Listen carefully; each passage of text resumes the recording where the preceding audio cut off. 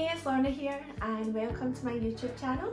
Today I am talking about bridal hair. It's going to be from the start when you first say yes, I will marry you, right up until the big day. But first of all, I'm going to talk about hair care, trials, how to be prepared for them, the big day, and also your veil and your accessories and stuff like that. So I would absolutely love it if you could subscribe to my channel because I've got loads more videos to come.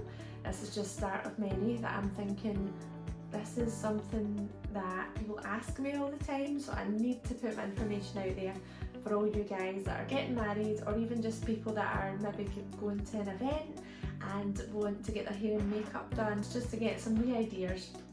So today we're going to start with hair care. So as soon as you say yes to hubby to be or wifey to be, that's when you should start getting your keratin treatments done, getting the best shampoo and conditioner that works best for your hair. Whether it's going to be down, whether it's going to be up, it doesn't matter. It's got to be in the best condition, and what better time to start working on your hair. A lot of the time we forget about our hair. We put moisturiser on the face every day, we put all these serums and everything else, and we forget to do that to our hair. So that's an important one. Make sure you put that at the top of your list. So the next thing you want to do is look up to find your perfect bridal hairstylist. They specialise in wedding hair.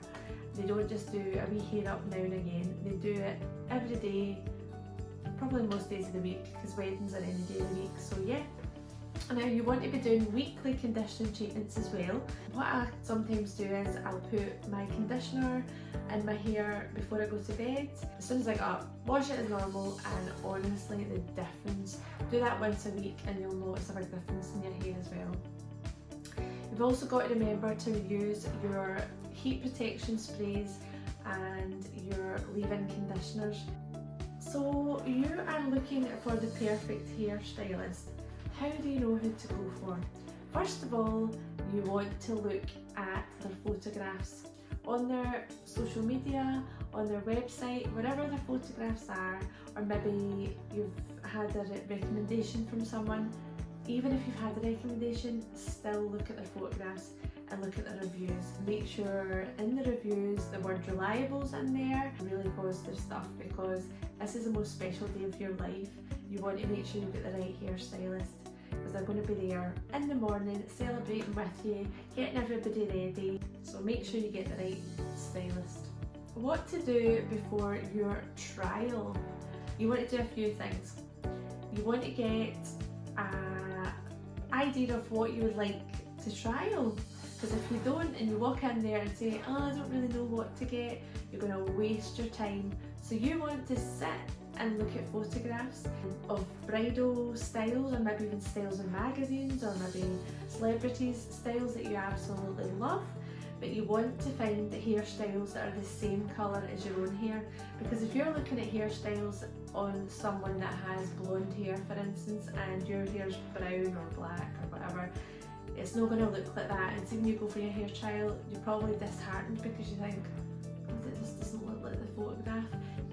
If the hairstyle you love has actually got loads of volume, but you've only got thin hair, maybe thin hair like mine, then what I do whenever I'm going out is I get clip-in hair extensions, or a lot of the time, actually majority of the time, I wear hair extensions, which I absolutely love.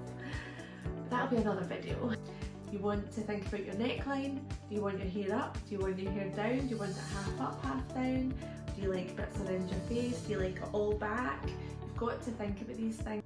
It's those tiny wee details that completely change a look. So where are you going to look for all these details and hair ideas? And you've got loads of places now. You've got Pinterest, YouTube, magazines, Google, Instagram, your Facebook. The internet's full of them now, which is fabulous. So you want to think about where you want your veil to sit, because this can also affect how your hair's going to be, because you can't have a hairstyle a certain way if you want a veil to sit a certain way. So say for instance you want a low bun, you can't have your veil underneath that, it just wouldn't look right. So you want to think about where you want your veil to sit, and that also helps when you're trying to think about your hairstyle. So there's so many different ways that you can sit your veil and how it will look different in the photographs. Hair accessories. Definitely, if you have a hair accessory that you absolutely love and it's almost like you would pick the hairstyle around the hair accessory, go for it. You can take that to your hairstylist and they will be able to work around that and find a style that will be suitable, that will work with it, but also something that you'll love.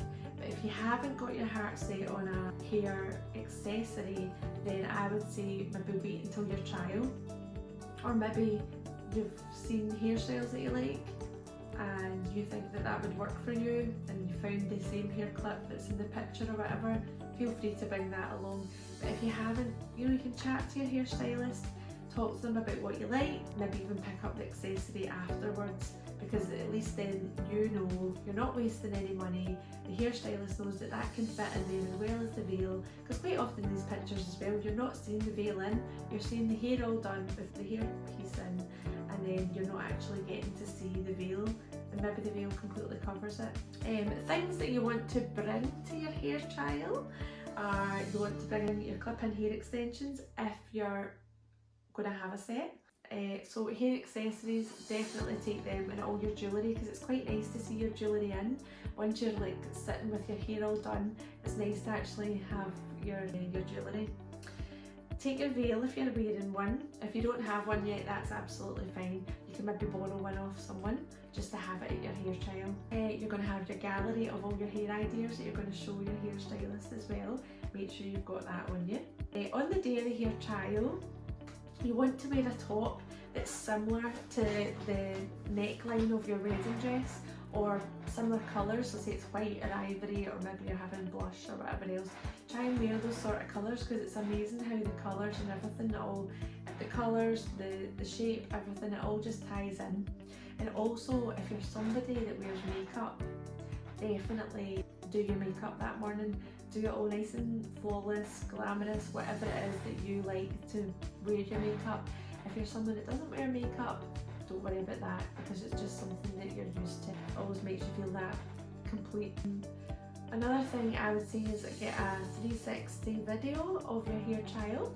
This is really good for you to see all angles. On your wedding day, you are getting pictures from every single angle, back, front, side, down here, over here, whatever. So you want to make sure that you're getting the full view of what your guests are seeing. So my top tips for hair trials is be honest with your stylist. Is there anything that she can change? Is there anything that she can add? Or he or she, whoever it is that's doing your hair. You are on a journey with your hairstylist. You're trying to find your perfect look. We are not mind readers. We want you to feel your best, so make sure you tell her all the information that she needs. Be true to yourself. Don't go for something that you would never ever go for.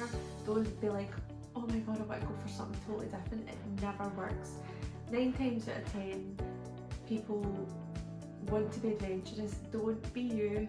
Be whatever is you, because that's what's going to work and that's what you're going to love. Yeah. Oh, and another thing, keep it top secret. Do not be going home and showing hubby to be or wifey to be, because it will ruin the surprise, and it will also ruin the fact that they might not like it because it looks strange, because maybe you're in a t-shirt and a pair of jeans, or it's just you've not got the full shebang. You need the full works, everything goes, so nah, don't show them. So it's the big day, right? What you need to remember is all your little details, your accessories, your veil. The veil goes on last. Once you're in your dress, that's when the veil goes on, so don't need to worry about that. Keep that hanging up nicely as long as you can. You're going to have to make sure you have got all your bridal party aware of the time that the hairstylist is starting in the morning, because you don't want to be panicking that we're not going to have enough time. You want to know that there's plenty of time to get through everybody. We can relax, you can chill, Everybody's chilled in the morning. It's honestly, majority of my wedding parties are so relaxed because there's time, there's no rush, they're in plenty time.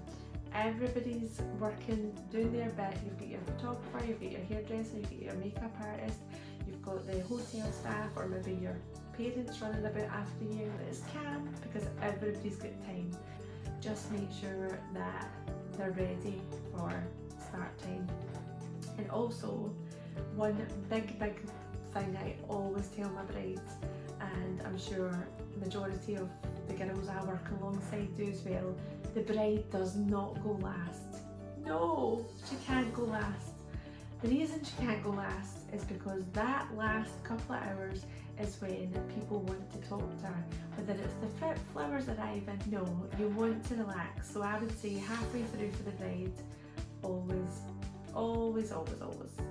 you want to be able to chill in the morning of your wedding. And I think as well, it gives it time for your hair to settle. If there's any wee changes, there's still time to do that. It also means you can maybe have a glass of champagne or maybe a wee prosecco with your girls before you go and get your dress on. So I would say definitely make sure that you go halfway through in the morning, just not last. Even second last if you're still somebody that wants to kind of go towards the end, no, but I would say definitely don't go last. And trust me, if you go last, then you'll go, I should have listened to Lorna.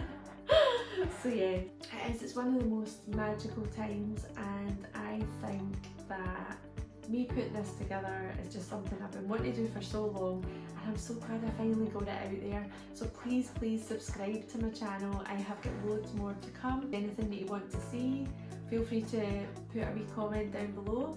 I will try my best to get them recorded and up and running. I've also got the documents on my slides for this video.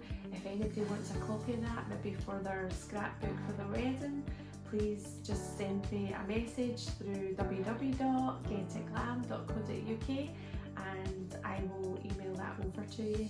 So yeah, best of luck. I hope you enjoyed the video and get loads of new ideas, stuff that's helped you towards your bridal hair. Big love. Mwah!